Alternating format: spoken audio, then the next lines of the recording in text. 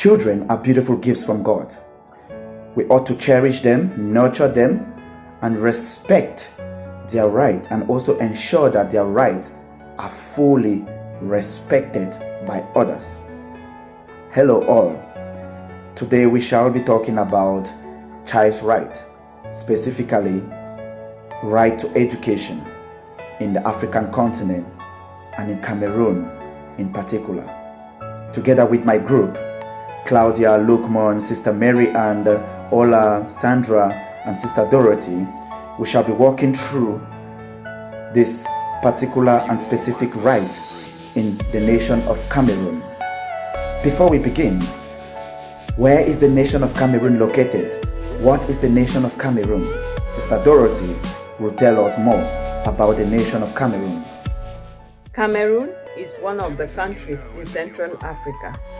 It is bordered by Nigeria, Central African Republic, Equatorial Guinea, Chad, and the Republic of Congo.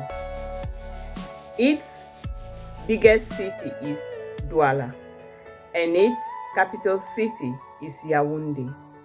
Cameroon is known to have 26.55 million population, with a total of 250 native languages. However, Cameroon has two major languages, French and English. Does the Constitution of Cameroon permit or has some particular articles or clauses that are in line with child's right or children's right to education? Ola is going to tell us what the Constitution states about this particular right to children. Article 45 of the Cameroonian Constitution states that duly approved and ratified treaties and international agreements shall take precedence over national laws following publications. This proves that in Cameroon, international legal instruments have a greater effect on the national instruments protecting child rights, giving room for United Nations and African Charter law on the rights and welfare of children to be adopted in Cameroon, as the Cameroon Constitution makes only one specific mention of the rights of children, where the preamble provides that the state shall guarantee the child's right to education and that primary education shall be compulsory. However, Section 7 of Law Number 98/004 of 14 April 1998 stipulates that everyone is entitled to an education, regardless of sex, religion, age, political opinion, and social origin. Because we are global citizens working together with the rest of the world to make sure that everybody is happy, Lukman is going to tell us exactly what the United Nations at UNESCO provides as child's right, or what they have to say about child's right, specifically the right to education. In 1979, United Nations General Assembly announced the International Year of the Child in order to promote the Declaration of Rights of Child adopted 20 years earlier. UNESCO was charged with preparation and implementation of the objectives of this International Year of the Child.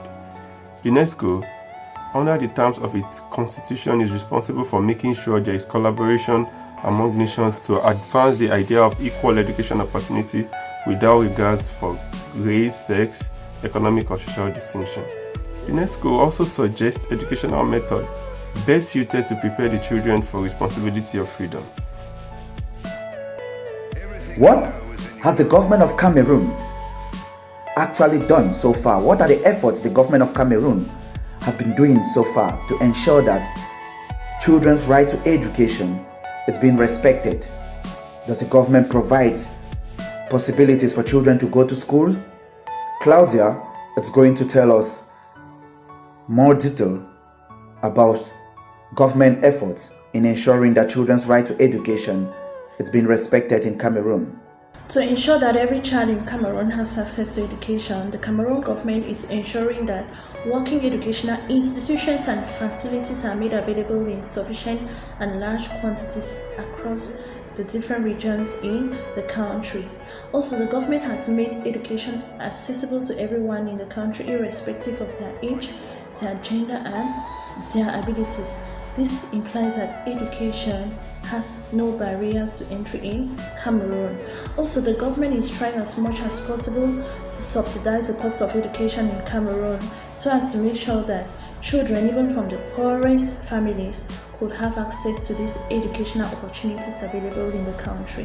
One of the challenges which we noticed is the cost of education in Cameroon. This cost of education causes a lot of setbacks for some children to really enjoy this right to education. Sister Mary Ann is going to be telling us how the cost of education is really posing a serious setback for children to enjoy this right in Cameroon. Education for all is yet to be a reality in a country where families are bogged down by the price of learning materials, uniforms, and other school-related expenses, as well as the payment of teachers' salary through Parents Association. In her 2006 global report on education, the UN Special Rapporteur on the right to education located Cameroon within the countries without free education. Her argument was based on Cameroon's reports on the Rights of the Child Convention, where it clearly highlighted the costs paid by parents. According to them, 80% of the costs are being channeled to fund school operating costs. These fees amount to education costs, which illustrate the lack of free education in the country. Beside the cost of education, what about the educational system in Cameroon? Does the government make provision for schools everywhere for people? Is it equal? Is the standards at the level to compete internationally? Sandra will tell us more about this particular effort being made by the government. Cameroon's educational system has witnessed some impressive results since after the colonial era. Like, there's been improvement in the quality of education. However, the main problem is children don't have practical knowledge. Like, it's more of theory. They just read books and they don't have much practical experience that prepares them for jobs. Secondly, there are not enough schools. Like, there are very few high schools and secondary schools. So it makes quality of education, or the process of getting quality education, quite slow. And there's a difference with the public and the private system of education. So it makes the quality of education for children very imbalanced. While the private schools experience high quality education, like their teachers are more serious and more frequent in schools, the government or the public schools don't experience that. So you realize that children from the public schools don't get as much quality education as those from the private schools. Though this specific right for children is enacted in Cameroon's constitution, we notice that a lot it's been said and less is being done to ensure that this right to education is being respected.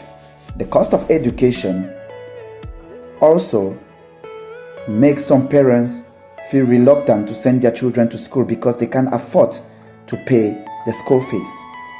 The government have to see into that. The cost of education should be lowered and parents will pay less. And why not make it free?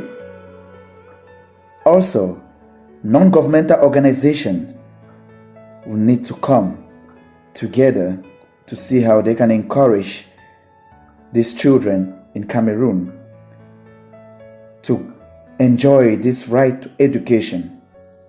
And the standard of education also needs to be revised.